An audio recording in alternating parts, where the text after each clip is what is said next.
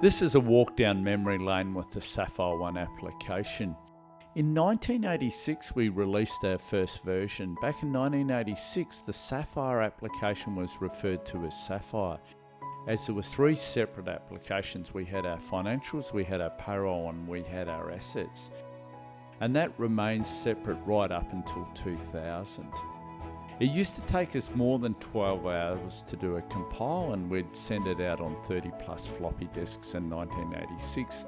So you'd literally compile the code overnight, you'd come back in, and those changes you'd made the day before, the days before, you'd go and check those and send them out to customers. So hence we did very few compiles each year that would actually finally be sent out to a customer.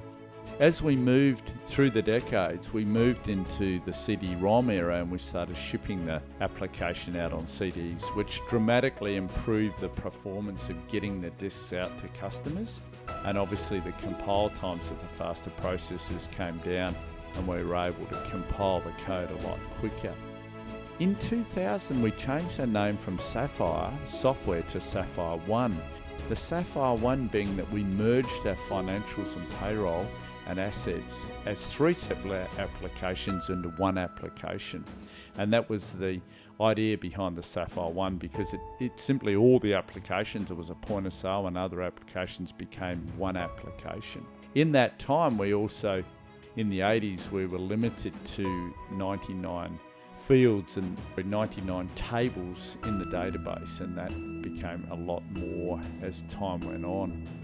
In the 2000s, with the merge of the name, in the late 2000s, we came up with the Aqua drop. A lot of people have asked over the years about the introduction of the Sapphire One logo, thinking it was the yin and yang. It's not the yin and yang, it's exactly the opposite of yin and yang. It was actually the merge of the S and the O being Sapphire One, and the idea behind it was it's the beginning of life where a cell splits into two, and that was always the thinking behind it. And then in the 2010 era, we then introduced the Aqua field to the logo, and that was the watery aqua look to the logo.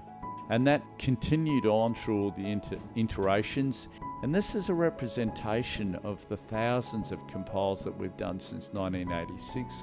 We've been fortunate enough that James Brown from Bordeaux sent us all these discs that he was having a clear out in his archives, and he sent us all these discs, and we thank James for sending those to us. And we've put this compilation together of a time lapse from 1986 up until current. Of course, nowadays it's all done on FTP, and everyone jumps online and simply downloads the latest version. Thank you for taking the time.